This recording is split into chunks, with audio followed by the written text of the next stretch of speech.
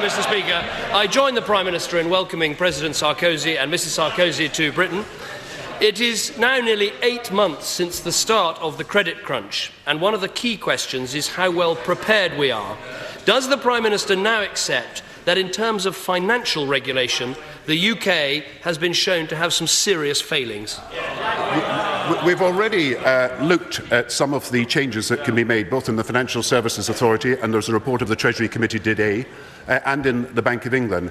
But if I may say so, if he now looks around the world and sees what happens to Bear Stearns, see that 3 banks have fallen in Germany, what happened to Societe Generale in France, then he'll see that we have been better protected than other countries against the global financial turbulence. And it's precisely because we didn't take the advice that would have caused instability from the opposition.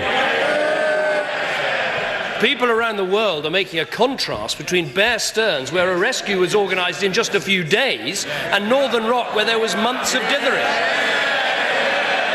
I know that the Prime Minister created the regulatory system, but he needs to be frank about its failings. The FSA report today is a remarkable report, which says the supervision of Northern Rock revealed the most significant combination of shortcomings, yet not a word about that from the Prime Minister. The Director General of the CBI says that this was the first new test of the tripartite system and it failed to deliver the goods.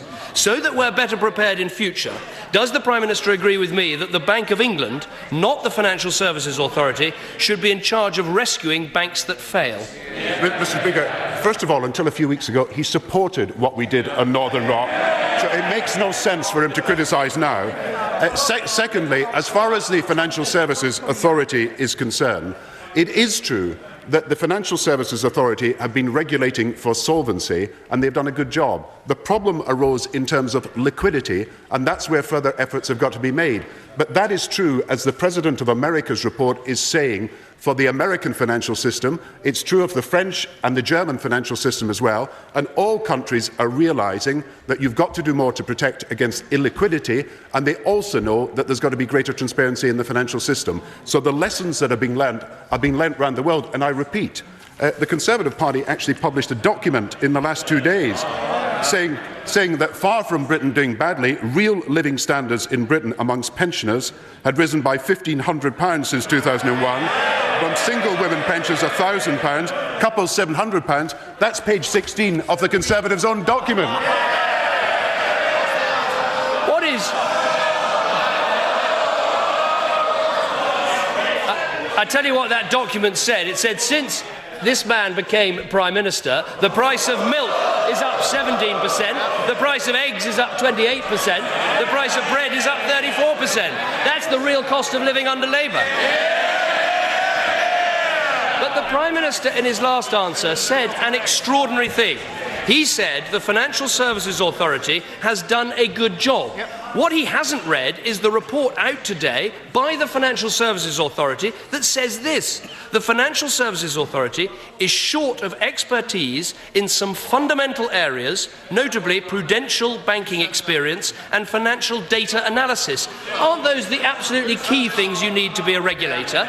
Isn't that why the Bank of England should be in charge of these rescues rather than the Financial Services Authority? The Chancellor... They don't like to hear the extent of the failure. The extent of the failure of the system put in place by the Prime Minister. Now, the Prime Minister and the Chancellor, the Prime Minister and the Chancellor have made several U-turns recently. Why don't they make one more U-turn and make the Bank of England responsible? Well, Mr. Speaker, I know what the chairman of his Defence Commission meant, Frederick Forsyth, when he said that David Cameron has a sketchy grasp of basic arithmetic because he does not understand what is happening. The FSA have admitted that they must do more about liquidity problems, but every financial organisation around the world that is regulating markets is accepting the need to do more.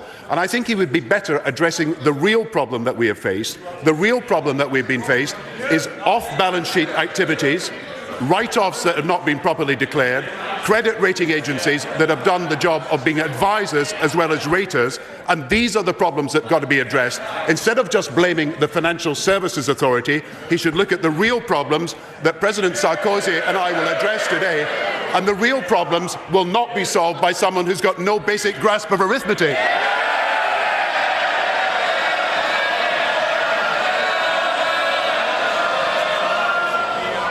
Order. Leader of the Opposition. It's time the Prime Minister and the Chancellor... Order. The Leader of the Opposition. It's time the Prime Minister and the Chancellor realise that one of the real problems facing Britain is their economic mismanagement. It is frankly pathetic to listen to the Prime Minister of the United Kingdom read out quotes from a novelist when he actually ought to be reading out from the Financial Services Authority report. A key point in terms of how well prepared we are is the size of the government's budget deficit. Out of 55 major world economies, only 3 economies have a bigger budget deficit than Britain. That's why he's putting up taxes. Most other countries are helping families with the cost of living. This government is hitting them. Can he name one other major country that's just introduced a budget putting up taxes? Name one. Mr. Speaker, we are injecting more money into the economy this year. We are not taking money out of the economy. We're cutting the basic rate of income tax to 20p. And let us just compare, Mr. Speaker, what was happening in the last world downturn. 15% interest rates, 10% inflation, 3 million people unemployed, public spending being cut, then taxes rising dramatically with VAT on fuel. And let's compare that with what's happening now. We have low inflation, low interest rates, we have the highest levels of employment in our history, unemployment the lowest since 1975, and public services continue to expand. And if he doesn't accept that today, just remember that he said on Monday on BBC Radio London, interest rates, he still look low historically. We have kept interest rates low. Not only has the Prime Minister not read the report from the Financial Services Authority, it's pretty clear he hasn't read his own budget. Pages 111 and 112 of the Red Book show taxes going up in the budget. Everybody knows taxes have just gone up. Every time you fill up the car, taxes have gone up. Every time you buy a car, taxes have gone up. Every time the family goes shopping. No wonder every pub in Britain is trying to ban the Chancellor from having a pint. He hasn't answered a single question, so let's just try this once again. Can he name one other major country that is responding to the downturn by putting up taxes? Name one. Mr. Speaker, we are injecting more money into the economy this year. He simply does not understand basic arithmetic. The basic rate of income tax is going down to 20p. And let us look at our record. Inflation in Britain is 2.5%. In America, it's 4%. In the euro area, it's over 3%. So which country has the lowest rate of inflation of the major countries? It is Britain. We have kept interest rates low, and where unemployment is 8% in Germany, 8% in France, rising in America, unemployment is the lowest in Britain since 1975 and is half the rate of our European partners. Now that is a government that is better prepared for a world downturn. The problem is that the Conservative Party want 10 billion of tax cuts. They want to say they'll raise public expenditure. They want to say borrowing should fall. They want tax cuts at the moment, they say, to boost the economy.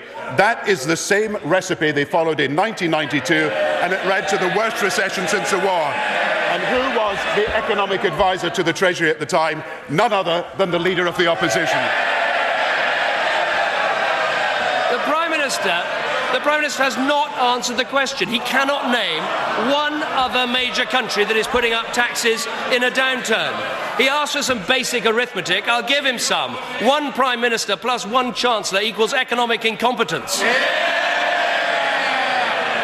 The government has put aside money in the good years to build up their surpluses.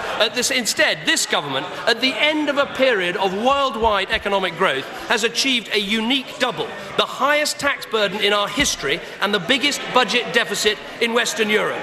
Does he feel any responsibility for any of this, or is he totally incapable of admitting his mistakes? Mr. Speaker, the highest tax burden in our country happened under a Conservative government in the 1980s. The rising deficit in the world is a rising deficit in America, which will be higher than ours. I just wish he knew something about economics when he came to this House and started to tell us what to do. The truth is, Mr. Speaker, we have cut corporation tax from 30p to 28 pence. We have cut income tax from the beginning of April from 22 pence to 20 pence. All he can give us is slogans and not substance. They have learned nothing from their experience of the 1990s.